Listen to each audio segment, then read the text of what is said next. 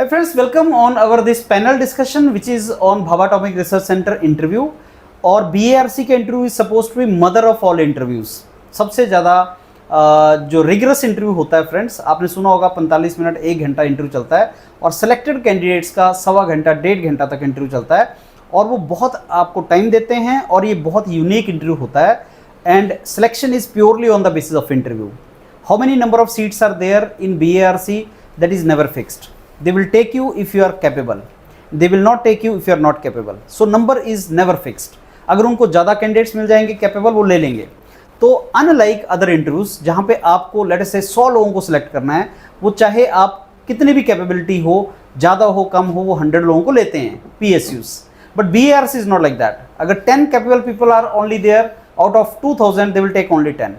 अगर लेकिन 100 मिल जाएंगे तो दे विल टेक 100। लेकिन ऑब्वियसली ये बहुत ज़्यादा रिगरस रिक्वायरमेंट होती है जो अभी हम डिस्कस करेंगे, इसलिए number is not fixed. If you have capability you will be taken. 100% weightage is on interview. Before I go forward and interact with my mentors friends, let me tell you, Yourpedia is the main platform which is mentoring you for the interview preparation of BARC or other than engineering subjects, conventional engineering subjects, other than like mechanical, civil, computer science, electronics, electrical, instrumentation. Other than these subjects, we are mentoring you for chemical engineering, we are mentoring you for chemistry, we are mentoring you for instrumentation kind of subjects. So in case you have got call from this, Yourpedia is a platform where you can start. Now before I go to my mentors and start discussing के कौन से important subjects हैं और किस तरह से तैयारी करने का पैटर्न होता है, let me tell you something about BARC interview जो unique है। BARC interview is vertical interview, it is not a horizontal kind of interview. Now what is the meaning of that? वो आपका बहुत सिंपल क्वेश्चन से start करेगा जो 11th and 12th में आपने पढ़ा होगा। If I am to give you example, आपने 11th एंड 12th क्लास में फ्रेंड्स थर्मोडायनेमिक्स पढ़ा है, वहाँ पे आपने लॉज ऑफ थर्मोडायनेमिक्स पढ़ा है, तो he will start from there. Can you tell me what is second law of thermodynamics, can you tell me what are the statements of second law of thermodynamics. Then आपने वो statements बता दी, फिर उसके बाद वो जाएगा नेक्स्ट डिग्री ऑफ डिफिकल्टी के ऊपर, और वो 2 क्वेश्चन में 1 घंटा स्पेंड करवा सकते हैं, बोर्ड पे आपको जाके बनाने के लिए बोल सकते हैं। फिर वो जाएगा Kelvin, Planck and Clausius statement. 2 statements की रिक्वायरमेंट क्यों पड़ी? There is no other law in the world जिसकी 2 स्टेटमेंट्स हैं, आपको 2 स्टेटमेंट्स की रिक्वायरमेंट क्यों पड़ी? कौन सी डिवाइसेस हैं जो केल्विन प्लैंक के बेस पे बनी हैं? केल्विन प्लैंक को जो डिफीट करने वाला लॉ है वो क्या है? ऐसा कौन सा इंजन है जिसकी एफिशिएंसी 100% है या 100% से ज़्यादा हो सकती है? हाइपोथेटिकली अब एक इंजन आप बनाइए, ये टेम्परेचर लीजिए और ये आप इंजन बनाइए और बताइए अगर मेरे को इसको इफेक्टिव इंजन बनाना है तो बताओ इसकी मैं जो सिंक का टेम्परेचर है वो कितना रख सकता हूँ? सिंक का टेम्परेचर चेंज करूँ या सोर्स का टेम्परेचर चेंज करूँ? रियल प्रैक्टिकल वर्ल्ड में सिंक क्या होता है, इस कमरे के अंदर सोर्स क्या है, सिंक क्या है, और अगर इस कमरे के अंदर मैंने जो अभी चीज़ें बना रखी हैं उसमें इंजन क्रिएट करना हो तो मैं कैसे क्रिएट कर सकता हूँ? घर में आपने इंजन कहाँ देखा है? क्या आप अपने किचन में एक हीट इंजन और हीट पंप क्रिएट कर सकते हैं? All these sort of questions जो मैंने आपके साथ बताए ये एक्चुअल में पूछे गए हैं, वो आपको बहुत ज़्यादा सोचने पे, थिंक करने पे आपको फोकस करवाएंगे कि आप सोचें। जब भी कोई कैंडिडेट सेलेक्ट होता है फ्रेंड्स, जब मैं उससे इंटरेक्शन करता हूँ, मैं उससे पूछता हूँ कि आपको लग रहा था आप सेलेक्ट हो जाएंगे? मैनी टाइम्स दे से नहीं, हमें नहीं लग रहा था सेलेक्ट हो जाएंगे, क्योंकि मेरे को नहीं लगता मैंने आंसर सही दिए हैं। आंसर में they are not interested, but approach में they are very much interested. Answer उनको नहीं चाहिए, आपसे वो ये नहीं बोलेंगे कि बताओ इसका फॉर्मूला लिख के बताओ या इसका आप कोई मेरे को आंसर दो, नहीं, वो अप्रोच देखते हैं। क्या वो डेरिवेशन करवाते हैं? बिल्कुल करवाते हैं। वो डेरिवेशंस भी करवाएंगे, वो आपको एक सिचुएशन देंगे, बोलेंगे बोर्ड पे जाके इसको प्लॉट करो, और जब आप डेरिवेशन कर रहे होंगे फ्रेंड्स तो वो चेक करेगा कि क्या आप अजम्पशंस ले रहे हैं, क्या आप फॉर्मूला लिख रहे हैं, क्या आप इस अजम्पशंस के लिए जो अप्रोच स्टेप्स चाहिए वो फॉलो कर रहे हैं, क्या आप इसमें कंस्ट्रेंट्स यूज कर रहे हैं, वो आपके अप्रोच चेक करेगा।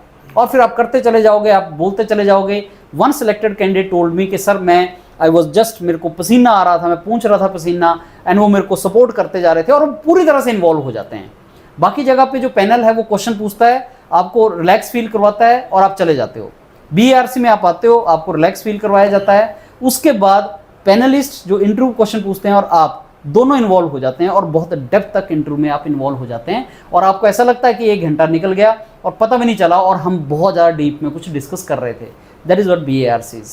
Now how Yourpedia is going to help you is we will simulate the same thing for you. 15 minute में हम एक ही क्वेश्चन, 2 क्वेश्चन पूछेंगे और आपको वर्टिकली लेके चलेंगे और आपको बताएंगे अप्रोच आपकी कैसी हो सकती है। So let me now start with my friends here.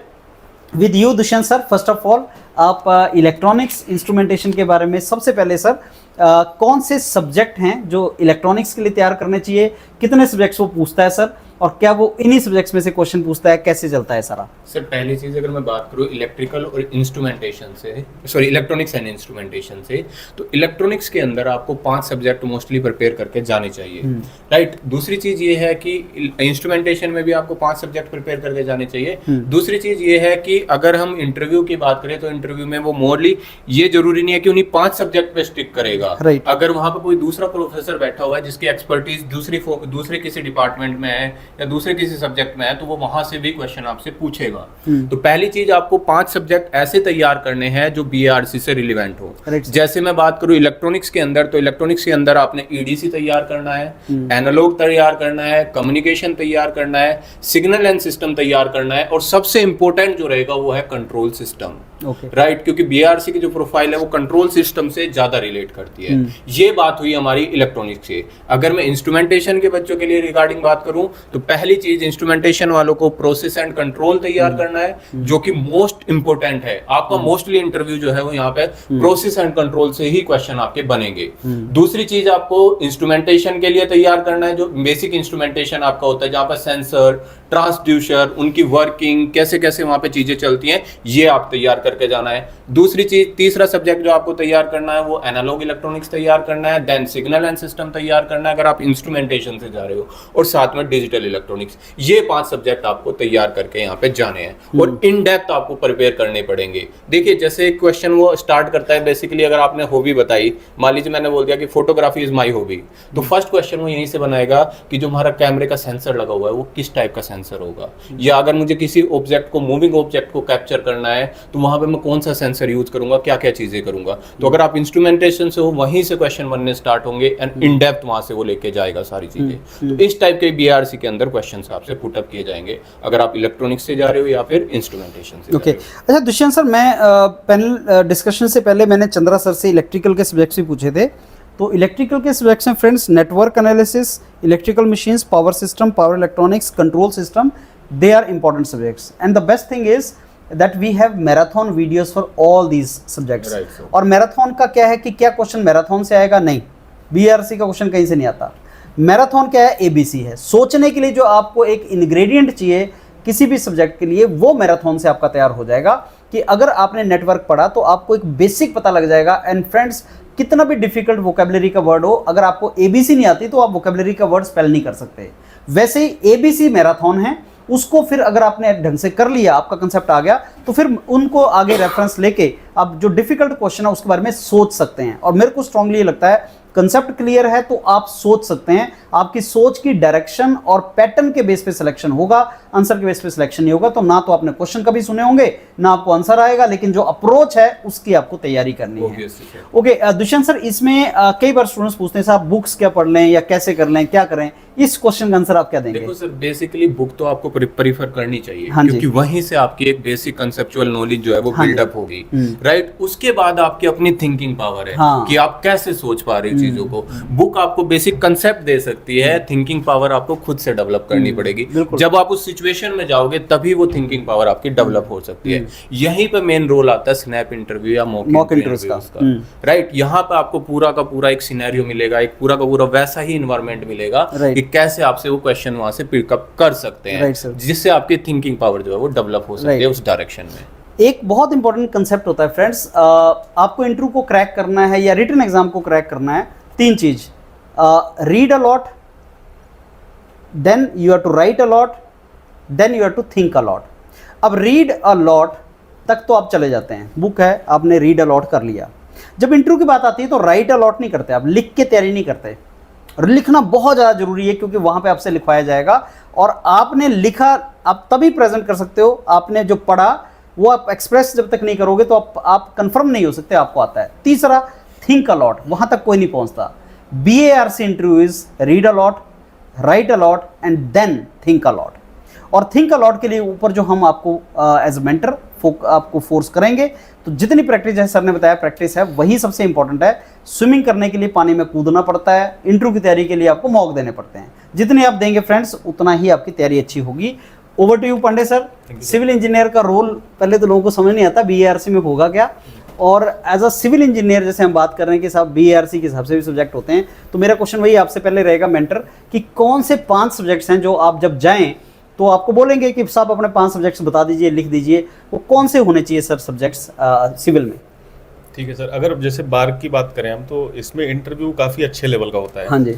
कहने का मतलब कि अगर आप बहुत ज़्यादा एक ही सब्जेक्ट में फोकस करें, जैसे मैं सपोज एग्जांपल लेता हूँ कि आपने आरसीसी बहुत अच्छे से तैयार किया है, क्योंकि आरसीसी सिविल में कोर सब्जेक्ट आ जाता है आपका, पर आपने आरसीसी पढ़ा है लेकिन सोम नहीं पढ़ा है। अब सपोज करो उन्होंने आरसीसी में आपसे शेयर डिजाइन का क्वेश्चन पूछा, तो ऐसा नहीं कि वो केवल शेयर जो आपने आरसीसी में पढ़ा है वहीं तक क्वेश्चन लिमिटेड रखेंगे, वो स्टार्ट करेंगे धीरे धीरे लेवल अप करते जाएंगे, अप करते जाएंगे। मे बी वो उस शेयर आरसीसी के कॉन्सेप्ट को सोम से रिलेट कर दे कि वहां पे बताओ प्रिंसिपल स्ट्रेसेस क्या थी, फिर यहाँ पे क्रैक्स कैसे प्रोड्यूस हो रहे हैं, फिर अलग अलग आप शेयर इन्फोर्समेंट कैसे दे रहे हैं। मतलब अगर आप आरसीसी पढ़ रहे हैं और सोम छोड़ दे रहे हैं तो ऐसे काम नहीं चलने वाला है। तो जो कोर सब्जेक्ट है किसी भी ब्रांच के, अगर मैं सिविल की बात करूं तो जो भी कोर सब्जेक्ट है उनको आपको प्रिपेयर करना ही करना पड़ेगा।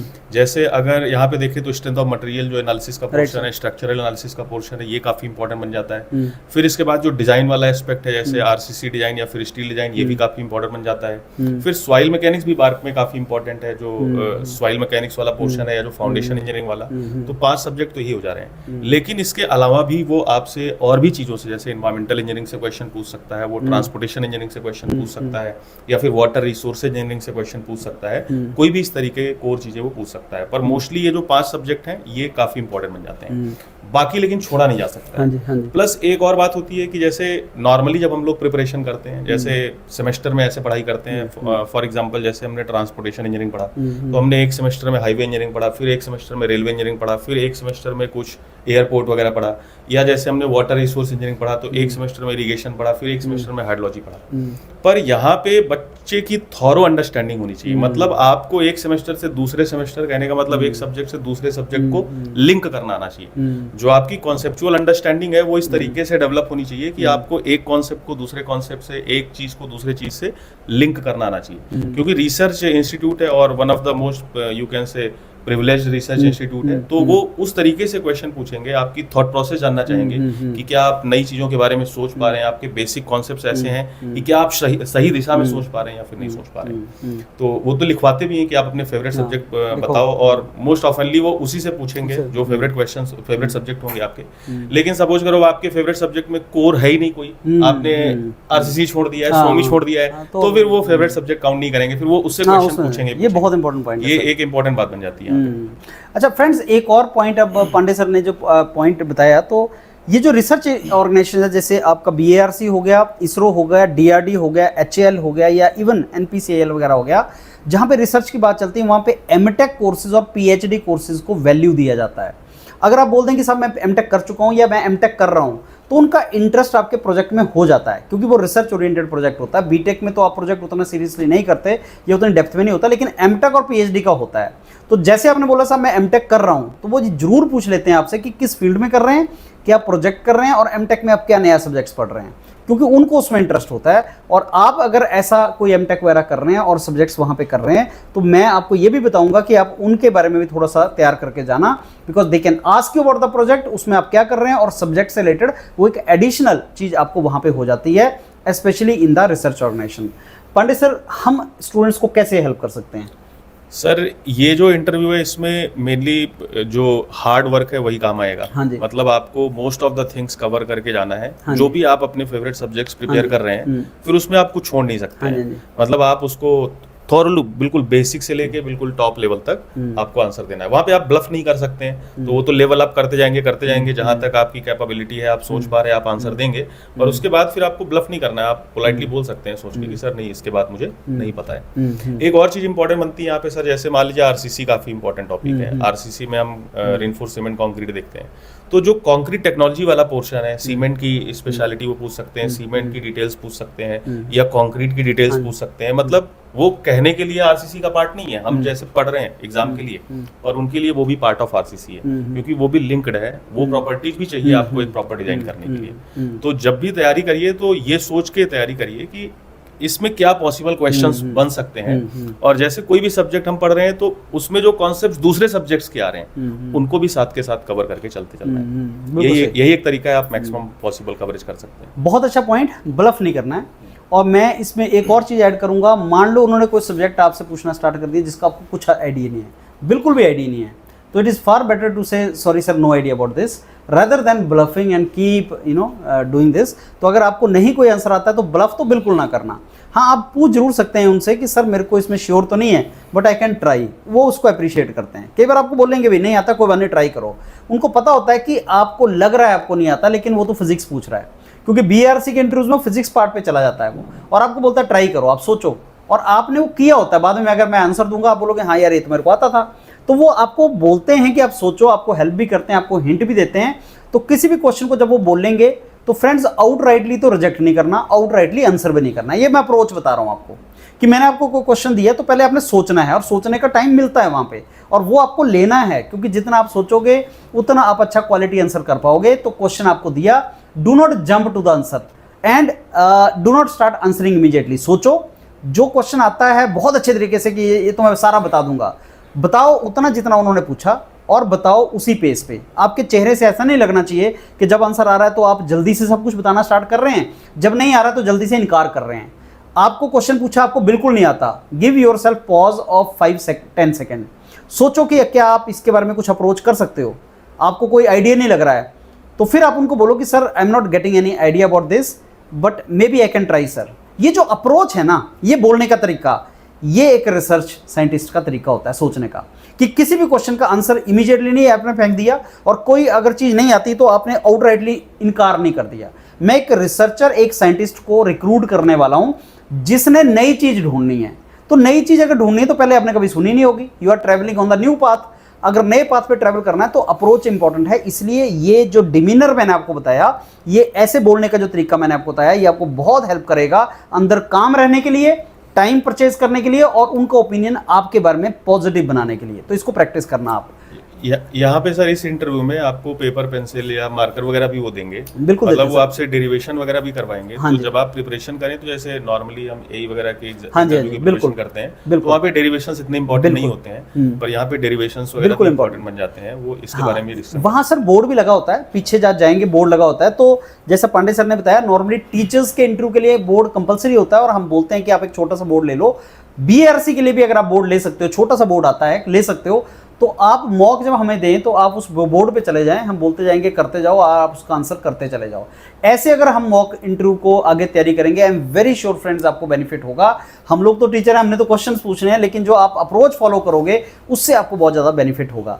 Over to you Vineet sir, mechanical engineering, पहले तो 5 सब्जेक्ट सर, और आगे अप्रोच। सर अगर मैकेनिकल इंजीनियरिंग की बात करें तो मेरा हमेशा से यही सजेशन रहता है कि जब भी आप 5 सब्जेक्ट चूज़ कर रहे हो तो सब्जेक्ट ऐसे चूज़ करने चाहिए हमें जो कोर से रिलेटेड आपके पास हो, या बिल्कुल बेसिक से रिलेटेड आपके पास हो। जैसे कुछ स्टूडेंट ऐसे करते हैं, जैसे thermodynamics as a favourite subject choose करते हैं, साथ में IC engine, RAC, power plant, इन सबको एज अ सब्जेक्ट चूज़ करते हैं, वो जस्ट नंबरिंग को इंक्रीज करने के लिए। बट ऐसा वो काउंट करता नहीं, करना चाहिए। ये सारे के सारे जो सब्जेक्ट्स है, ये एक ही सब्जेक्ट में थर्मोडायनेमिक्स के अंदर आपके पास क्लब होंगे, या फिर थर्मोडायनेमिक्स या अप्लाइड थर्मोडायनेमिक्स का भी पार्ट बनते हैं। ठीक, तो हमेशा से मेरी यही सजेशन रहता है कि जब भी हम सब्जेक्ट चूज़ कर रहे हैं, हमें थर्मोडायनेमिक्स तो लेना ही पड़ेगा, क्योंकि वो एक थर्मल इंजीनियरिंग का बेस क्रिएट कर रहे हैं। इसके साथ स्ट्रेंथ ऑफ मटेरियल या फिर सिंपल अप्लाइड मैकेनिक्स हम उसे चूज कर सकते हैं, क्योंकि जब BRC का इंटरव्यू जब स्टार्ट हो रहा है तो वो सिंपल एक बेसिक डेफिनेशन से स्टार्ट हुआ।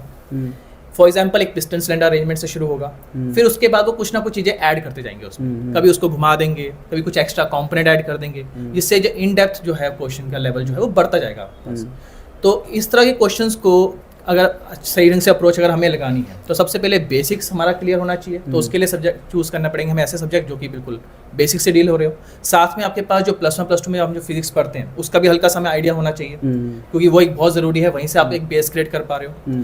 और इसके बाद सर जैसे स्टूडेंट पूछने से क्या क्या करने की रिक्वायरमेंट पड़ती है, तो थ्योरेटिकल रेफरेंस बुक्स तो पढ़नी पड़ेगी, वो रिक्वायर्ड कंडीशन है, ठीक है।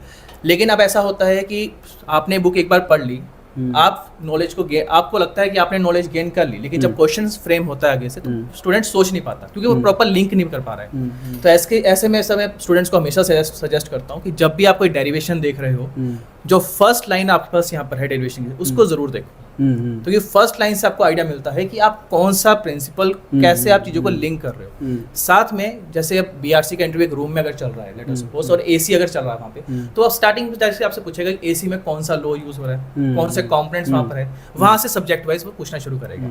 तो ऐसे में ज़रूरी है कि बच्चे को जो कुछ न्यूमेरिकल्स होते हैं, न्यूमेरिकल में सॉल्व करने को कभी बच्चों को बोलता नहीं, मैं जस्ट ये कहता हूँ कि आप क्वेश्चंस रीड करो, ऐसे क्वेश्चंस रीड करो जो कि प्रैक्टिकल चीज़ों से डील हो रहे हैं, और आप उसमें सिर्फ इतना देखो कि थ्योरेटिकल जो कंसेप्ट है उसको कैसे यूटिलाइज किया गया हुआ है, ताकि आपको पता लगे कि आपकी अप्रोच क्या होनी चाहिए, कैसे आपको अंडरस्टैंडिंग बिल्ड करनी है, और जब भी आपसे कोई अननोन कुछ भी फ्रेम क्वेश्चन हो रहा है तब तो अच्छे से आप हैंडल कर सको। तो इस पे थोड़ा सा हमें ध्यान देंगे।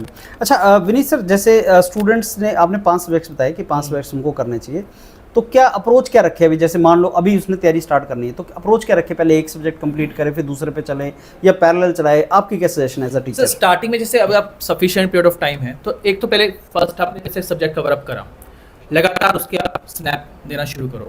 इससे क्या होता है, आपको पता लग जाता है कि इस टॉपिक से जो हमने पढ़ा है उससे क्वेश्चन किस ढंग से फ्रेम हो सकते हैं। फिर जब सब्जेक्ट आप पढ़ रहे हो तब उस चीज़ों जो भी आपने फर्स्ट सब्जेक्ट में मिस्टेक करी थी या आपने मिस करी थी, आप उसको ध्यान में रखते हुए अगले स्टेप की तैयारी, मतलब अगले सब्जेक्ट को कवर अप करते हो। नेक्स्ट, अरे जब हम एक सब्जेक्ट करके सारे सब्जेक्ट कवर अप कर रहे हैं, अब जैसे निशांत सर ने बताया था अभी कि आपके पास सब्जेक्ट्स के बीच में लिंक बनाना बहुत ज़रूरी है। तो अगर आपके पास यहाँ पे फाइनल, अगर हम जैसे मल्टीपल सब्जेक्ट्स का स्नैप अगर ले रहे हैं, तो क्लबिंग करना बहुत जरूरी है। क्लब आप कर पा रहे हो या नहीं कर पा रहे हो, वो भी हमें थोड़ा सा ध्यान रखना पड़ेगा इसमें। तो इन सब चीज़ों को देख के ही बच्चों को तैयारी करनी चाहिए। Wonderful. Over to you Rajeev sir, आपका व्यू, आपका गाइडेंस पहले तो बच्चों को, और कैसे हम इनको हेल्प कर सकते हैं? सर देखिए, जैसे भी आप सब्जेक्ट की बात कर रहे थे, तो पूरी मैकेनिकल को हम 3 भाग में बांट सकते हैं। एक तो थर्मल हो गया, डिजाइन हो गया, प्रोडक्शन हो गया। तो जो सब्जेक्ट सिलेक्शन की बात है, तो मैं बच्चे को बोलूंगा कि हर पार्ट से आप चूज करो। थर्मल से 1-2 कर लो, 1-2 तुम डिजाइन से कर लो, और 1-2 तुम प्रोडक्शन पार्ट में जो है उससे कर लो। तो ये बेस्ट सब्जेक्ट का कॉम्बिनेशन हो सकता है स्टूडेंट के लिए सर। और इसको अगर ये ऐसा करेगा तो एक स्कोप मिल जाएगा कि चलो यहाँ से क्वेश्चन पूछ सकते हैं। सर ही बता रहे थे, कुछ ऐसा बच्चा बोलेगा 5 सब्जेक्ट बताओ, तो बोलेगा thermo, RAC, power plant, IC, heat transfer ले लिया है ना। तो मतलब एक ही सब्जेक्ट है, फिर स्कोप नहीं होता। हाँ, तो सर ये बेस्ट अप्रोच होगा कि हर पार्ट तुम आप चूज कर लो, आपको क्या चूज करना है। तो थर्मल से ले लो कोई भी, थर्मोडायनेमिक्स होना चाहिए बेसिक, आरएसी, पावर प्लांट, ये एक तुम हीट ट्रांसफर के साथ जा सकते हो। डिजाइन में सर सोम, एमडी या टोम, जिसकी बात कर ले कोई देख ले अपना। प्रोडक्शन में आगे सर, उसमें तो प्रोडक्शन इंजीनियरिंग और मटेरियल साइंस उतना तो उसको करना ही पड़ेगा। जैसे कि सर मैं बताऊं, कुछ हमारे पास क्वेश्चन आया था जब इसका एग्जाम हुआ था, कि बच्चे ने शेयर किया था इस टाइप, जैसे प्रोडक्शन से क्वेश्चन पूछा था कि पहले उनसे सिंपल पूछा गया कि बताओ वेल्डिंग क्या होता है। तो बच्चे ने वेल्डिंग बता दिया। बोला कि बताओ वेल्डिंग कितना तरह का होता है, उन्होंने ये भी बता दिया। उन्होंने बोला कि एक आर्क वेल्डिंग होता है। अगला क्वेश्चन था कि आर्क और स्पार्क में क्या डिफरेंस होता है, मानिए वो भी बताया। फिर उनसे पूछता आर्क जनरेट कैसे होता है, उन्होंने ये भी बताया। बोला आर्क जब जनरेट होता है तो पहले कौन मूव करेगा, पॉजिटिव आयंस की निगेटिव आयंस। अब लड़का हाँ कितना डेप्थ जा रहा है। उन्होंने बोला सर, मान लीजिए उन्होंने जो भी बोला, सपोज उन्होंने बोला कि पॉजिटिव आयंस जाएगा। अगला क्वेश्चन, पॉजिटिव आयंस ही क्यों जाएगा, निगेटिव क्यों नहीं जाएगा? वो फिजिक्स में चला गया। फिजिक्स में चला गया। तो सर इस लेवल को अपना प्रिपरेशन करना पड़ेगा, और जो मॉक में होगा इस पर हम फोकस करेंगे कि कोई भी चीज जा रहे हो तो कितना तक तुम्हें जाना पड़ेगा। तो ये मैं वेल्डिंग के एग्जांपल से बताया सर। सेम मान लीजिए अगर बच्चों का मटेरियल साइंस नहीं है तो प्रोडक्शन नहीं हो सकता। तो मटेरियल साइंस में जैसे मैं भी आपसे बात कर रहा था, क्वेश्चन आया था कि बीसीसी क्या होता है। बीसीसी मटेरियल जो होता है डक्टाइल है या ब्रिटल है, तो बच्चा बोला जनरली ब्रिटल होता है। अगला क्वेश्चन, ब्रिटल होने के लिए क्या क्या फैक्टर होता है, किस किस बात पे ब्रिटलनेस डिपेंड करता है, ये क्वेश्चन होता है। लैटिक स्ट्रक्चर में चला जाएगा। हाँ, लैटिक में चला जाएगा उसको। तो वही सर एक इन डेप्थ। और एक चीज सर मैं इसे ऐड करना चाहता था, जैसे एक बार मैंने बात करते स्टूडेंट से, तो उन्होंने बोला कि सर मेरा 30 मिनट इंटरव्यू गया ना, तो मैं डिमोटिवेट हो गया। और उसको क्योंकि सर स्टूडेंट को ऐसा लगता है मैं सही दे रहा हूँ या आंसर नहीं दे रहा हूँ। इसको मैं बोलूंगा एक ही बात, ऐसा जब भी आपको 30 मिनट ऊपर जा रहा है तो आप समझो आप बहुत अच्छे जा रहे हो। क्योंकि सर इतना बड़ा साइंटिस्ट अगर तुम लाइक नहीं हो तो टाइम इन्वेस्ट नहीं करेगा तुम्हारे ऊपर। अगर तुम पे टाइम इन्वेस्ट कर रहा है, मतलब मैं एक ऐसे बताओ, अगर आपका इंटरव्यू जा रहा है ऊपर तो पॉजिटिव हो कि okay I am doing something better, self motivated हो, इससे ज्यादा अच्छा करेगा। एक और क्वेश्चन था सर कि जैसे कार्बन हम डालते हैं तो चीजें हार्ड हो जाता है स्टील में, तो वो ये नहीं पूछा था, बोला था बताओ हार्ड क्यों होता है, क्या वजह है, कार्बन कौन सा साइड पे जाता है, लैक्टिक साइड पे जाता है कि इंटेस्टियल साइड पे जाता है, किस मतलब फिर हम इससे ज्यादा क्यों नहीं ऐड कर सकते। तो इस तरह से बच्चे अगर क्वेश्चन करें और ऐसा ही करेगा सर, और इस पे अगर ज्यादा ध्यान देकर पढ़ाई करे तो मुझे नहीं लगता कि टफ रहेगा, आराम से निकाल सकता है। Very very nice sir. एक जापानीज कंसेप्ट होता है फ्रेंड्स, 5 वाई कंसेप्ट होता है कि आपने कुछ चीज़ को डेप्थ में जाना है तो आप वाई क्वेश्चन पूछते जाओ, why it is so, how, why so. तो अगर आप खुद से वैसे करते चले जाएंगे सर तो नेक्स्ट लेवल पे आप जाते जाएंगे डेप्थ में, और अकॉर्डिंगली आपकी प्रिपरेशन। इसमें सर जो हम जैसे बात करें तो मॉक इंटरव्यू इंपॉर्टेंट रहेगा, क्योंकि आप एग्जाम में डायरेक्ट जाकर आप डिलीवर नहीं कर सकते हो, पहले आपको प्रैक्टिस करना पड़ेगा। तो ये आप इंटरव्यू गाइडेंस इसके लिए हेल्पफुल होगा। जैसे मेंटर ये बताएगा कि इससे ये रिलेट करेगा, ये जैसे सर भी बताया था इंटरलिंक करता रहेगा और डेप्थ में जाएगा। तो बच्चे के पास नॉलेज है सर, लेकिन खुद ही ये कोरिलेट करना मुश्किल हो जाएगा इतना कम टाइम में। तो इसके लिए हेल्पफुल रहेगा। जैसे क्रिकेट का कोई होता है तो सिखाता है कि यॉर्कर आएगा तो इसको खेलना है, बस इनको सिखा दिया। फुल टॉस है तो ऐसे खेलना है, कभी वो खेला ही नहीं पिच पे तो कभी नहीं कर पाएगा। सेम चीज होगा सर, थ्योरी है बट इसको बिल्कुल सही अच्छा है सर, करना पड़ेगा। खासकर ऐसे इंटरव्यू जहां पे 100% सिलेक्शन इंटरव्यू के बेस पे है। जैसे BARC है ना सर, वो 20 टाइम्स को बुलाते हैं। 20 टाइम्स का मतलब है कि 20 में से एक लेंगे वो, अगर उनको सूटेबल हुआ तो वो तभी लेंगे जब आप में एक लेवल है, और बिना प्रैक्टिस के वो चीज़ नहीं चलती। और ये सारी जो प्रैक्टिस स्टूडेंट्स करता है इसलिए कि वो दिन जब वो अंदर जाएं तो उनको कॉन्फिडेंस हो कि हम तैयारी करके आए हैं, क्योंकि ये चीज़ का बहुत इंपैक्ट पड़ता है साइकोलॉजिकली कि मैं तैयारी करके आया हूँ। एक कैंडिडेट जिसने कभी मौका नहीं दिया जब अंदर जाएगा तो उसमें कॉन्फिडेंस होता नहीं, कुछ भी आइडिया नहीं, पता नहीं क्या होगा यार अंदर जाके। और यहाँ पे ये भी ना किस तरह से आंसर करना है, हम लोग इसको भी गाइड करेंगे कि अब ऐसा नहीं हो कि तुम बहुत चीज को दे दियो, ऑप्शन पूछा जा रहा है तो एक प्रिसाइज होकर आंसर करना है, तो उसको हम लोग वहाँ पे डील करेंगे sir. Over to you Mukesh sir, computer science, IT सारा डोमेन आपका। Thank you sir. So BARC में स्पेशल थिंग क्या होगी सर कि वो स्टार्ट करेगा, अगर मैं पहले 5 सब्जेक्ट की बात करूँ, algorithm, design and analysis of algorithm, एक प्रोग्रामिंग लैंग्वेज बहुत इंपॉर्टेंट है आपके लिए। एंड नेक्स्ट आएगा आपका जो मोस्ट इंपॉर्टेंट टॉपिक होगा that is computer network, digital logic, और उसके बाद ऑपरेटिंग सिस्टम।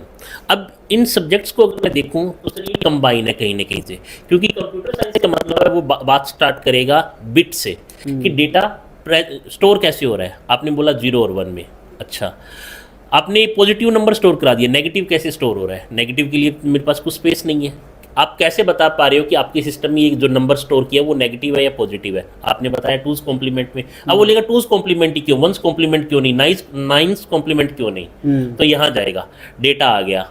अब डेटा को आपने स्ट्रीम किया, आपने ट्रांसफर किया, कम्युनिकेशन के लिए हमें डेटा ट्रांसफर करना है, तो यहाँ से वो लिंक करेगा एक सब्जेक्ट से दूसरे सब्जेक्ट में। पर टॉपिक जो इनिशियल पॉइंट में उसने पिक किया था वही जाएगा। दैट्स वाई ये जो 5 सब्जेक्ट मैं बता रहा हूँ, हमेशा इनके बारे में, किसी भी टॉपिक के बारे में आप रीड कर रहे हो तो ये देखो कि इसकी इंपॉर्टेंस क्या है और उसका सिग्निफिकेंस क्या है। इस टॉपिक को जब मैं रीड कर रहा हूँ, ये टॉपिक और किस किस सब्जेक्ट में लिंक कर सकता है? कंप्यूटर ऑर्गेनाइजेशन, डिजिटल, एक ही सब्जेक्ट में काउंट करूंगा, इसको मैं 2 सब्जेक्ट काउंट नहीं करूंगा, क्योंकि फाइनली हमें क्या बताना है, हार्डवेयर से लेके सॉफ्टवेयर इंप्लीमेंटेशन की कंप्लीट डिटेल स्टूडेंट्स के पास होनी चाहिए। डिटेल हो गई, उसके बाद ये डेटा ट्रांसफर कैसे हो रहा है, रिसीव कैसे हो रहा है, रिसीव हुआ तो सिक्योरिटी कहाँ है, सिक्योरिटी कंसर्न्स बहुत बड़ा मैटर है आज के टाइम में, AI स्पेशली जब से AI आया है उसके बाद। तो ये एक एक सब्जेक्ट में से उठा, सर टॉपिक्स इनिशियली सेम ही रहेगा पर सभी सब्जेक्ट में वो घुमा देगा क्योंकि लिंक्ड है। और बच्चे को लगता है नेटवर्किंग अलग कंसेप्ट है, एल्गोरिथम अलग कंसेप्ट है, नहीं है। नेटवर्किंग में अगर आपको कोई भी इंप्लीमेंटेशन करना है उसके लिए आप लिखोगे एल्गोरिथम, और एल्गोरिथम लिखोगे तो वो जंप करेगा डायरेक्ट एल्गोरिथम से। आपने सीधा सा बोल दिया सर बहुत सारा डेटा जनरेट हो रहा है, मेरे लिए डेटा कौन सा यूजफुल है? आपने बोला सॉर्टिंग किया, सॉर्टिंग कौन सी अप्लाई करोगे इस डेटा पे? आज BARC का मेरा डेटा है, हर रोज मैं लाखों डेटा जनरेट कर रहा हूँ, तो ये डेटा मैं सॉर्ट कैसे करूँ? आपने बता दिया सॉर्टिंग टेक्निक है, ये वाली क्यों यूज कर रहा हूँ? आपने 6 सॉर्टिंग टेक्निक बताई, इस वाली केस में मैं कौन सी यूज करूँ? अच्छा आपने ये यूज की, यही क्यों यूज की, इसकी प्रैक्टिकल एप्लीकेशंस क्या है, किस टाइम पे मैं आइडेंटिफाई करूँ कि ये वाली सॉर्टिंग मेरे को आइडेंटिफाई करनी है या यूज करनी है? That is the important point. Next important sir, ये 5 सब्जेक्ट मैंने बोल दिए, बट कई बार आपका जो प्रोजेक्ट है वो बहुत मैटर करेगा। आपने अपने प्रोजेक्ट में, मान लीजिए आजकल हर एक स्टूडेंट प्रोजेक्ट जो कर रहा है वो मशीन लर्निंग पे है, तो मशीन लर्निंग की मैथमेटिक्स आना बहुत ज़रूरी है। अगर आपको मैथमेटिक्स नहीं पता मशीन लर्निंग की, बहुत मुश्किल होगा उस इंटरव्यू को क्रैक करना, क्योंकि आजकल स्टूडेंट्स क्या कर रहे हैं सर, बहुत प्रोग्रामिंग लैंग्वेज आ चुकी है, बाय डिफॉल्ट उसमें लाइब्रेरीज है, आपने लाइब्रेरीज को कॉल किया बट आपको पता ही नहीं है कि ये लाइब्रेरीज काम क्या कर रही है। लाइक आपने, अगर आपको सम करना है, हम सम खुद से नहीं कर रहे कि A+B करें, हमने एक फंक्शन कॉल कर दिया जो अपने आप पाइथन ने मुझे दे रखा है। जब आपको उसकी इंपॉर्टेंस ही नहीं पता होगी तो बहुत मुश्किल होगा। सिमिलर वे में आप मशीन लर्निंग यूज़ कर रहे हो, मशीन लर्निंग में आपने बहुत सारे मॉडल यूज़ कर लिए, वो सिंपल सा क्वेश्चन पूछेगा कि इस डेटा सेट की इस प्रॉब्लम को निकालने के लिए आपने ये वाला मॉडल क्यों यूज़ किया, मुझे तो ये बताओ। हमारे पास क्यों का आंसर नहीं है। That's the main point. तो वहां पे आपका मैथमेटिक्स का फाउंडेशंस का लीनियर अलजेब्रा हो गया, प्रोब हो गया, कैलकुलस पार्ट स्ट्रॉन्ग होना बहुत जरूरी है। स्टूडेंट्स को ये नहीं पता कि हम डिफरेंशिएशन क्यों करते हैं, बट उसको ये पता है कि मशीन लर्निंग में मेरे को कुछ ऑप्टिमाइजेशन प्रॉब्लम करना है, पर डिफरेंशिएशन का मेन ऑब्जेक्टिव ही है ऑप्टिमाइजेशन करना चीज़ों को। That is the main point कि आपको फंडामेंटल चीज़ें पता होनी चाहिए। आइगन वैल्यू निकाल रहे हो, वेक्टर निकाल रहे हो, वेक्टर स्पेस है, ये एक्चुअल में है क्या चीज़, इनकी जरूरत कहाँ पड़ी मेरे को कंप्यूटर साइंस में। That is the main point sir. Wonderful. कि डिटेल में जाना होगा आपको। हाँ, एक बहुत अच्छा पॉइंट जो मुकेश सर आपने बताया वो लिंकिंग द सब्जेक्ट है। Research is interdisciplinary.